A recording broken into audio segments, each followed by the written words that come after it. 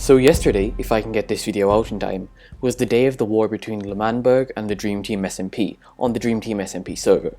Now this conflict was long and complicated, so I decided to quickly compile it into one video for all of you guys to watch and understand.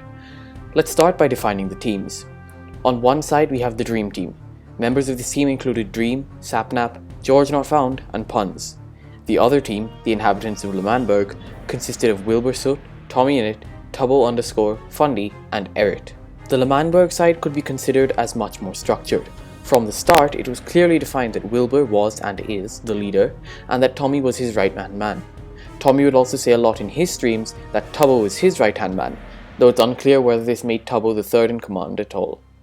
This side also had the strength in their larger numbers, as they had 5 members to the Dream Team's 4. The Dream Team side, however, was always the clear favourite to win. All the members of the team were much more serious and had mostly got full netherite enchanted armor even before the idea of the war had started. They also concentrated a lot more on PvP in their videos, especially since most of the Minecraft Manhunt team was there. So this brings us to how the war started. So in his first stream on the Dream Team SMP, Wilbur had tried to start a drug, which is basically potions, empire with Tommy, but had been thwarted. Will and Tommy, annoyed about this, realized that most of their enemies in the drug war were American, and thus the idea of a separate, non-American server was formed.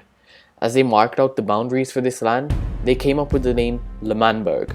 The Manberg part was to affirm their masculinity, and because the only girl on the server was American. However, Manberg itself sounded too American, so Will added the L apostrophe at the start to make it sound more European. They then recruited Erit, Fundy and Tubbo to join their cause. The people of L'Manberg were claiming their independence as a server from the Dream SMP, and this didn't sit well with Dream. It was, in the end, his land.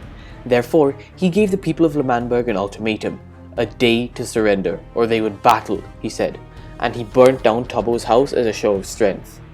The L'Manbergians refused to surrender, and instead started preparing for war. The day ultimatum ended up becoming 3 days, as Dream had to deal with some unexpected drama. I'm also going to refer back to this point in the timeline later, so don't forget it. Both sides started to prepare heavily in anticipation of the fight, with most of L'Manberg's work being done by Tubbo. However, after grinding for many hours, Tubbo's hard work, a whole 9 stacks of emeralds, was stolen by Sapnap the day before the war. This was a major setback, so Tubbo then started to grind for emeralds again, just hours before the war. While doing this, in peacetime mind you, the Dream Team killed him multiple times, both on their land for trespassing and in his own house, even up to 15 minutes before the war was supposed to start. And thus the war started. Tubbo had to flee his house with a fraction of what he had prepared to try and escape the Dream Team before the war was even supposed to have started. He met TommyInnit at what he thought was the only exit from the roof of the Nether, which is where he had come from, and trapped that portal with an end crystal. This proved futile, however, as Erit and Fundy had accidentally broken another piece of bedrock, which allowed the Dream Team to escape. The battle was now in full swing, with Tubbo, Fundy and Erit escaping into L'Manberg's walls as Tommy was left pinned down at the top of the power tower where the portal was. The Dream Team then managed to kill Tommy, but he respawned near his house, from where he fled to L'Manberg as well. The Dream Team had decisively won the first skirmish of this war, and the L'Manbergians were forced into their walls to regroup and rearm. It was at this point that finally the leader of L'Manberg, Wilbur Soot, logged in. Will negotiated a time and a place for the battle with Dream, and the two armies marched respectively to Tommy's house, the L'Manberg embassy. This, however, proved to be a trap. The Dream Team had rigged explosives under the embassy, and when the army of L'Manberg had reached the field, they blew them sky high. This forced the armies into a bow battle that L'Manberg was not at all prepared for, and the army was pinned down by repressing fire inside the embassy. Then, spontaneously, the Dream Team began to retreat, and pressing this advantage, the L'Manberg army started using Punz's tower as a sniper tower to take potshots at the Dream Team, as they couldn't even shoot arrows high enough to reach them at the top of the tower. This forced the Dream Team to retreat even further, and Erit then suggested that the army retreat and regroup again in L'Manberg, ending the second skirmish with a win for the L'Manbergians. This was the real turning point in the battle. After coming back to L'Manberg, Erit led every member of the army in full armor and with all their weapons into a secret tunnel which none of them except him knew of. After leading them into his tunnel, Erit pressed a button and opened up the walls. The entire army was splashed with multiple harming potions, and the Dream Team burst out from the walls, killing the entire army of L'Manberg in one fell swoop. It had been a trap. Remember earlier when I said about the Dream Ultimatum being an important point in the storyline? This is why. It was roughly around the time of the ultimatum that Eret agreed to be a double agent inside L'Manberg. In exchange, Dream would make him the king of the Dream Team kingdom. All of L'Manberg's best armor and gear was now lost, and there seemed to be little to no hope left. The citizens remained resolute, however, and refused to surrender to Dream. He then threatened to blow up a piece of TNT inside L'Manberg's walls unless they surrendered, and they didn't, thinking that one piece of TNT was nothing. What they did not know, however, was that Eret had already filled the ground of L'Manberg with hidden explosives, and the single piece of TNT that Dream ignited blew up the entire majority of the land inside L'Manberg. Shocked, armorless, and virtually weaponless, the remaining citizens of L'Manberg fled into a secret bunker that Tommy had prepared before to regroup. Wilbur and Tommy then met with Dream to negotiate the terms of surrender, as all hope seemed to be lost.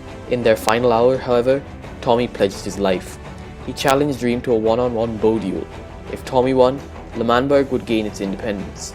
If Dream won, L'Manberg would fall, and Tommy would have to give Dream one of his most prized possessions, one of his music discs.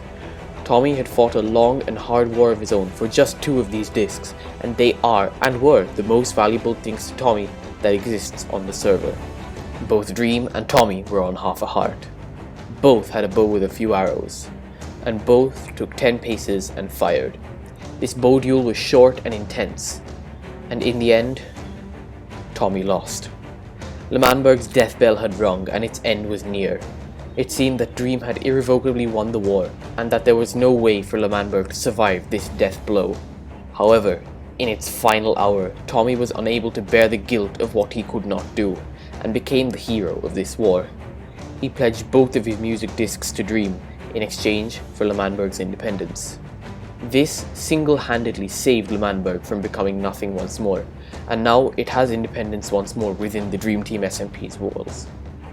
These discs, I can't emphasize enough, are Tommy's most prized possessions. They're worth more than anything else on the server to him, and he spent countless hours just gathering them, and then countless more fighting with Dream, one of the best players in the game, to get them back. With this independence gained, Wilbur Soot then wrote a second declaration of independence for L'Manberg, this one witnessed by all the members of the Dream Team, and thus the war came to an end, leaving only one more conflict in the foreseeable future. TommyInnit wants his discs back, dear viewer, and he's willing to go to any lengths to obtain them. So, yeah, that's basically the recap of the entire war that happened on the server. Some other things that I didn't cover in the actual recap were that Techno actually said that he might join the server.